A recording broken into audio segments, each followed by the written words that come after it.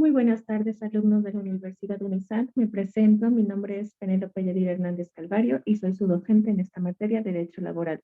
En este momento les voy a compartir nuestra presentación que veremos en unos momentos.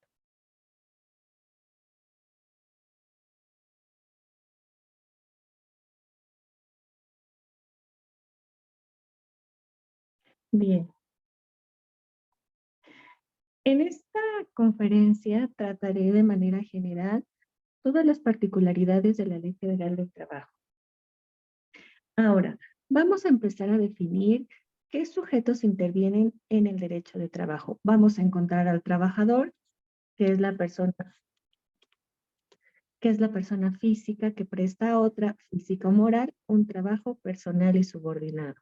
Vamos a encontrarnos con el patrón, que es la persona física o moral que utiliza los servicios de uno o varios trabajadores. Ahora, estos dos sujetos del derecho van a establecer una relación laboral.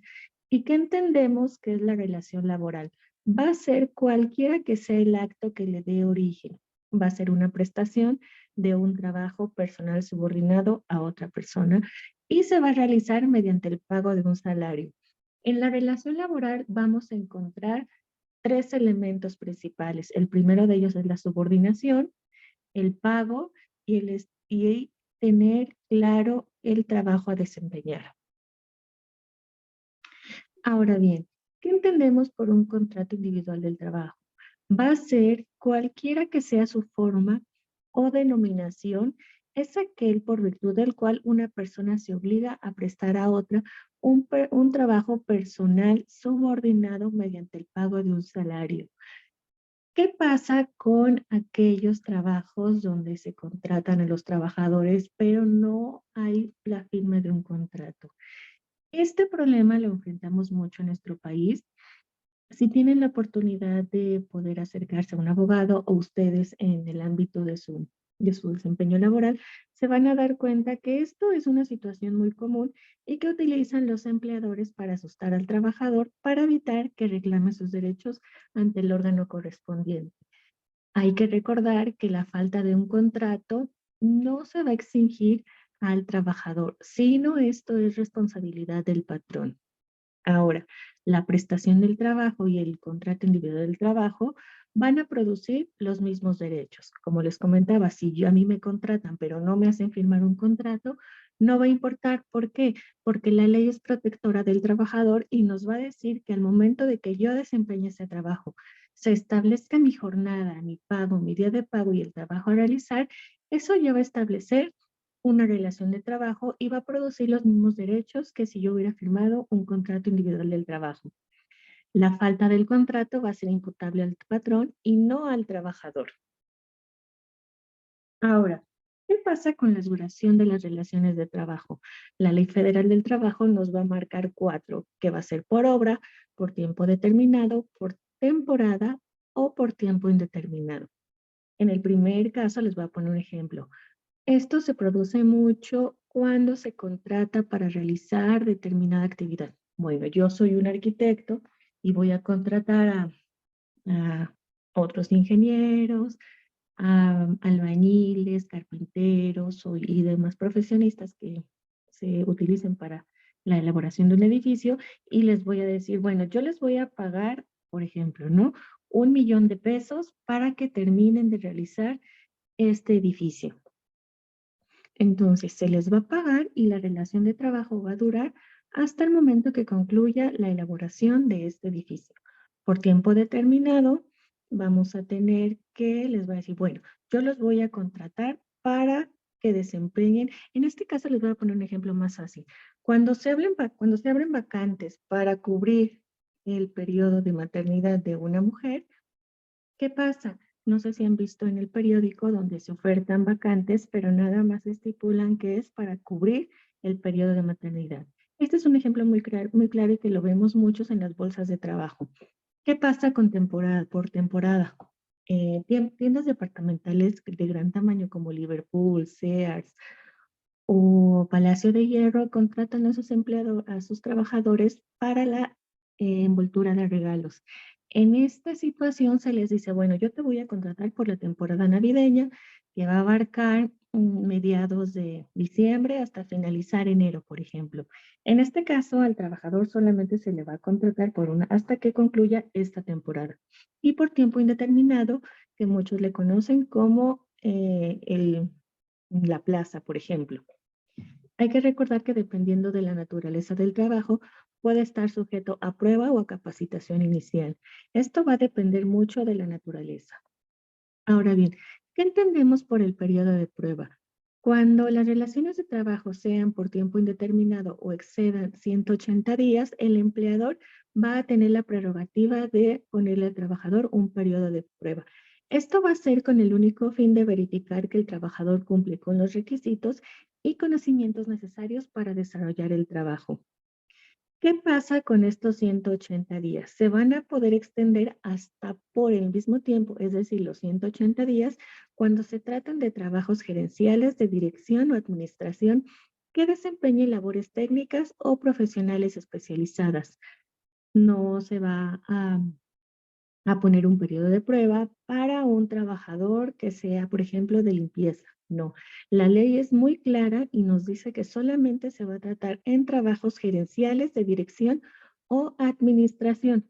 He visto casos recientes donde llega un trabajador y me consulta, oiga, licenciada, es que a mí me pusieron un periodo de prueba y así me lo están extendiendo un mes y luego me hacen firmar otro contrato por otro mes y me ponen periodo de prueba en el contrato.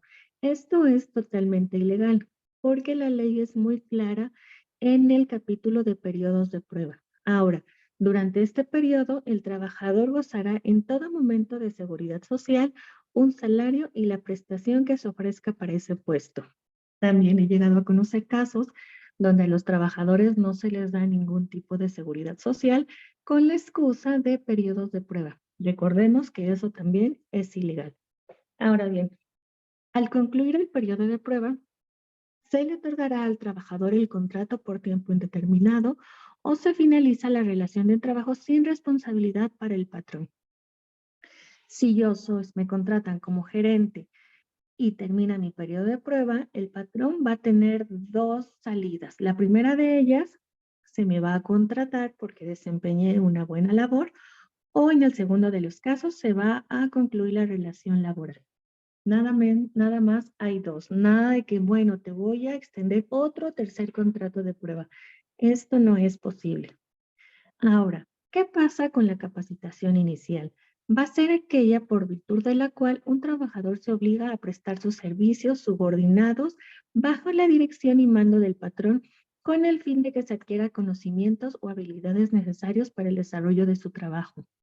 La duración inicial va a tener un periodo de 3 a 6 meses en casos de puestos de dirección o administración. Y durante este periodo, al igual que en el otro ejemplo, el trabajador gozará de todo momento de seguridad social, un salario y las prestaciones que se ofrezcan para ese puesto.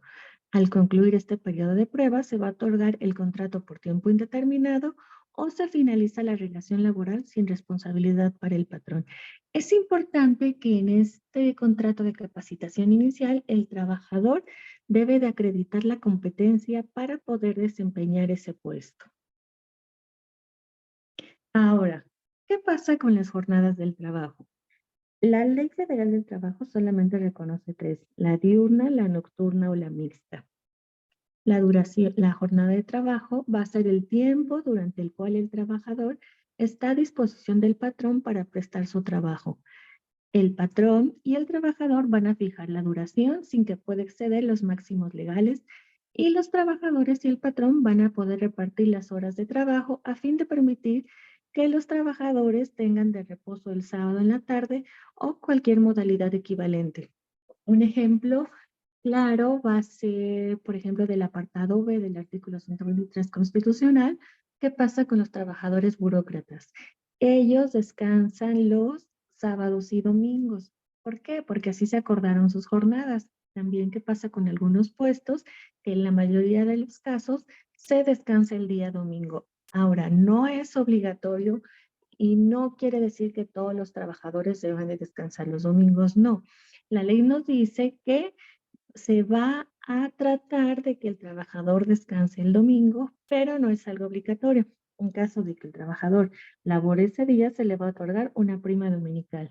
Ahora, regresando con los tipos de jornada de trabajo, vamos a encontrar que la diurna se va a comprender desde las 6 de la tarde y las 20 horas con una duración de 8 horas. La nocturna va a ser la comprendida entre las 20 y las 6 horas y va a durar 7 horas. Y la mixta va a ser la que comprende entre estos dos periodos, la diurna y la nocturna, siempre que el periodo nocturno sea menor de 3 horas y media. ¿Qué pasa si se excede de 3 horas y media? Bueno, pues ya se va a contar como una jornada nocturna. La jornada mixta va a tener una duración de 7 horas y media. Ahora, ¿qué pasa con la fijación de la jornada? Para fijar la jornada de trabajo se va a observar lo dispuesto en el artículo constitucional 5 en la fracción tercera. ¿Y qué nos dice este artículo? Dice que las disposiciones de esta ley son de orden público, por lo que no se producirá efecto legal ni se impedirá el goce y el ejercicio de los derechos, sea escrita o verbalmente la estipulación que establezca. Y la fracción tercera dice que una jornada inhumana por notoriamente excesiva, dada la índole del trabajo, a juicio de la Junta de Conciliación y Arbitraje. Esto lo tomaron mucho porque recordemos que antes se elaboraban más de 12, 15 horas al día. Es decir, esta jornada era completamente fuera de de los límites posibles para nosotros como personas y se trató de proteger al trabajador fijando una duración máxima de la jornada de trabajo. Ahora, durante la jornada continua de trabajo se va a conceder al trabajador un descanso de media hora por lo menos y cuando el trabajador no pueda salir del lugar donde presta sus servicios, ¿qué pasa con este tiempo? El tiempo correspondiente le será computado como tiempo efectivo de la jornada de trabajo. En los casos de siniestro o riesgo inminente en que peligre la vida del trabajador, de sus compañeros o el patrón o la existencia misma de la empresa, la jornada de trabajo podrá prolongarse por el tiempo estrictamente indispensable para evitar estos males. Les voy a poner un ejemplo de eso. En las fábricas hay maquinarias que no se pueden parar, porque si se paran es mucho gasto económico volverla a echar a andar y se tiene que tener una serie de mecanismos para volver a encender esa máquina. Tuve un caso donde una señora trabajaba en una empresa de plásticos, elaboraban los vasitos de veladora y me comentaba que no era posible que esa máquina se enfriara. ¿Por qué? Porque se echaba a perder el material con el que estaban trabajando. Es decir, las 24 horas del día esa máquina debe de permanecer encendida. ¿Qué pasa si la operadora de esta máquina falta? Bueno, pues yo como operadora debo de apoyar a la empresa para poder ayudar a solventar este tiempo a fin de que la máquina no se pare.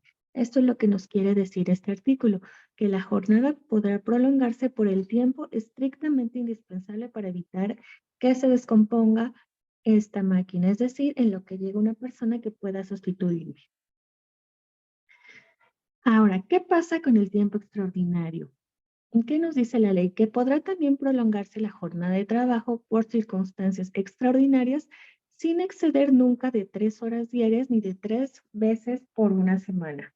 Las horas de trabajo a que se va a referir el artículo 165 se van a retribuir con una cantidad igual a la que corresponda a cada una de las horas de jornada. Es importante mencionar que el tiempo extraordinario no es una obligación del trabajador, por lo tanto, no están obligados a prestar sus servicios por un tiempo mayor del que se estipula en su contrato. Si el trabajador desea quedarse más tiempo es por su voluntad, eso nos marca la ley, pero recordemos que en la realidad es diferente. Muchas de las empresas que nos dicen, no, pues tienes que ponerte la camiseta y tienes que quedarte más tiempo. Tienes que apoyar a la empresa y en sus necesidades. Es una frase que utilizan mucho las empresas. Bueno, y ya como trabajador no te queda de otra más que colaborarle a la empresa. Pero hay que tener presente que debemos de tener un pago por este tiempo. ¿Y qué nos dice la ley? Nos dice que las horas de trabajo extraordinario se van a pagar con un 100% más del salario que corresponde a las horas de la jornada, es decir, de 1 a 9. Y si se realizan más de 9 horas, se va a pagar por un 200%, es decir, al triple. Ahora, ¿qué pasa con los días de descanso? La ley nos menciona que por cada 6 días de trabajo, el trabajador deberá tener un día de descanso por lo menos con goce de salario íntegro. En los trabajos que requieran una labor continua, los trabajadores y el patrón fijarán de común acuerdo los días en que los trabajadores deban disfrutar de los descansos semanales. Se procurará que el día de descanso semanal sea el domingo, como les comentaba con anterioridad. Es importante mencionar que se va a procurar que sea el domingo, pero no es algo obligatorio. Va a depender de la naturaleza del trabajo. Por ejemplo, las personas que trabajan en el sector de restaurantero, ¿qué pasa con los domingos? Pues los domingos es donde hay más afluencia porque existen muchas personas que van a desayunar, comer o cenar por ser un día de descanso y tienen flojera de cocinar. ¿Qué pasa con este día en este sector? Pues es el día en el que mayor tienen las ventas, entonces es imposible que le den días de descanso a sus trabajadores. Ahora, los trabajadores que presten servicio en día domingo van a tener derecho a una prima adicional del 25%, por lo menos, sobre el salario de los días ordinarios de trabajo. Es decir, si a mí como trabajador me toca laborar el domingo, pues me tienen que pagar un 25% de lo que me paguen ese día. Los trabajadores no están obligados a prestar servicios en sus días de descanso y si se llega a quebrantar esta disposición, el patrón va a pagar al trabajador independientemente del salario que le corresponda por su descanso, un salario doble por el servicio prestado. ¿Qué pasa si yo como trabajador tengo problemas económicos y le quiero decir a mi empleador, oye, ¿me dejas trabajar en mi día de descanso? ¿Qué pasa con esta situación? El empleador va a decir, sí, bueno, o sea, te dejo trabajar, pero te va a tocar un salario doble. Ahora, ¿cuáles son los días de descanso obligatorio que nos marca la ley? Van a ser 9. El primero va a ser el 1 de enero, el primer lunes de febrero en conmemoración al 5 de febrero, el tercer lunes de marzo en conmemoración al 21 de marzo, el 1 de mayo, el 16 de septiembre, el tercer lunes de noviembre en conmemoración al 20 de noviembre, el 1 de diciembre de cada 6 años, que va a ser cuando se corresponda la transmisión del Poder Ejecutivo Federal el 25 de diciembre y el que determinen las leyes federales y locales electorales en caso de que sean elecciones ordinarias para efectuar la jornada electoral. Los trabajadores van a quedar obligados de prestar sus servicios y tendrán derecho a que se les pague independientemente del salario que le corresponda por el descanso obligatorio, un salario doble por el servicio prestado. Ahora, ¿qué pasa con el salario? El salario es la retribución que debe pagar el patrón a un trabajador por su trabajo y se va a fijar de 5 maneras, por unidad de tiempo, por unidad de obra, por comisión a precio alzado y de cualquier otra manera. Esta de cualquier otra manera lo pone la ley en uno de sus artículos y este va a ser como el cajón del sastre. Todo lo que no podamos englobar en las 4 primeras va a quedar en las 5, pero el legislador lo pone de cualquier otra manera para dejarlo abierto y no limitar el salario de un trabajador porque no se encuentra contenido en alguna de las 4 fracciones. Si se dan cuenta cuando lean algún artículo de cualquier disposición que ustedes quieran y tenga fracciones, la última siempre va a tener esta naturaleza, que va a decir algo así como, y cualquiera otra, ¿no? ¿Por qué? Porque va a ser este cajón desastre como se le conoce en nuestra carrera. Ahora, ¿qué pasa con el salario mínimo? El salario mínimo es la cantidad menor que debe recibir en efectivo el trabajador por los servicios prestados en una jornada de trabajo. El salario mínimo deberá ser suficiente para satisfacer las necesidades normales de un jefe de familia en el orden material, social y cultural. Este salario mínimo también debe proveer la educación obligatoria de los hijos y los salarios mínimos podrán ser generales para una o varias áreas geográficas de aplicación y que pueden extenderse a una o más entidades federativas o profesionales para una rama determinada de la actividad económica o para profesiones, oficios o trabajos especiales dentro de una o varias áreas geográficas. Los salarios mínimos generales van a regir todos los trabajadores del área o de las áreas geográficas de aplicación que se determinen, independientemente de las ramas de la actividad económica, profesiones, oficios o trabajos especiales. ¿Qué pasa con los salarios mínimos profesionales? Van a regir para todos los trabajadores de las ramas de actividades económicas, profesionales, oficios o trabajos especiales que se determinen dentro de una o varias áreas geográficas de aplicación. Ahora, la Comisión Nacional de los Salarios Mínimos y las comisiones consultivas se van a integrar de forma tripartita. ¿Qué quiere decir? Una parte la va a aportar el trabajador, otra el empleador y otra parte el Estado. Ahora, ¿qué pasa con el aguinaldo? El aguinaldo anual debe pagarse antes del día 20 de diciembre, va a equivaler por lo menos 15 días de salario y los que no hayan cumplido el año de servicios, independientemente de que se encuentren laborando o no en la fecha de liquidación del aguinaldo, van a tener derecho a que se le pague la parte proporcional del mismo conforme al tiempo que hubiere trabajado cualquiera que éste fuere. Ahora, en algunos trabajos me ha tocado ver que se les paga más de 15 días de salario. Es decir, la ley nos dice que mínimo son 15, pero ya otros trabajadores van a poder tener más. Conocí a un señor en un asunto que me comentaba que él tenía por contrato colectivo, él trabajaba para Pemex, me parece, tenía 60 días de aguinaldo. Entonces, como pueden ver, hay trabajos donde son más generosos que en otros en este sentido. Ahora, en nuestro siguiente tema, que son la rescisión de las relaciones laborales, ¿qué pasa?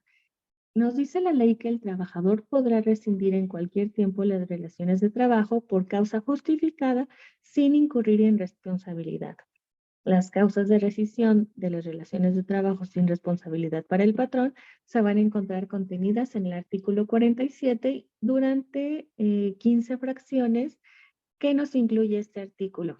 Se va a tener que acreditar el despido injustificado y se va a pagar 3 meses de salario, los salarios vencidos o caídos, los salarios devengados, más el 12, más el pago de 12 meses de salarios caídos y después de los 12 meses se les va a pagar el 2% mensual sobre 15 meses de salario capitalizables al momento del pago. Es importante que no confundamos qué es un salario vencido o caído con un salario devengado. ¿Qué es un salario vencido o caído? Van a ser aquellos salarios que se les va a pagar al trabajador desde el momento en el que fue despedido hasta que el empleador le pague o salga un laudo condenatorio sobre los salarios que dejó de percibir ese trabajador. Y los salarios, ahora bien, es importante mencionar que por una reforma que hubo, los salarios vencidos o caídos se limitaron a un año. Perdón, se me olvidaba comentarles que los salarios devengados son aquellos que el trabajador laboró, pero el empleador no les pagó. Es decir, si a mí me despiden el día 4 de enero y yo alcancé a laborar el primero, el segundo día, el tercero y el cuarto día de enero, pero al momento de que el trabajador me despida, el empleador me despida, no me pagó estos 4 días que yo ya trabajé. En este caso, se le denominan salarios devengados. Es decir, trabajo que yo ya elaboré, pero que el empleador no me pagó. Ahora, vamos a abordar los órganos laborales. Recordemos que antes de la reforma laboral, cualquier controversia de índole laboral se ventilaba en la Junta Local de Conciliación y Arbitraje y en la Junta Federal de Conciliación y Arbitraje, dependiendo la competencia del asunto. Y también teníamos al tribunal burocrático. Después de la reforma laboral, ¿qué pasa? Que ya se incluyeron los tribunales laborales, el Centro Federal de Conciliación y Registro Laboral. ¿Y qué pasa? Que ya los asuntos ya no se van a ventilar en una junta local, sino se van a ventilar en los tribunales laborales. Bien, a manera de síntesis, son las prerrogativas que tiene un trabajador contenidas en la Ley Federal del Trabajo.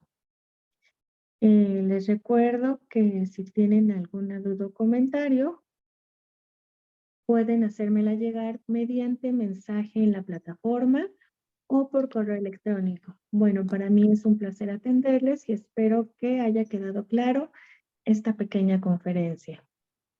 Muchas gracias, maestra. Muchas gracias a ti, Viridiana, por poder compartirme un poco de tu tiempo. Gracias.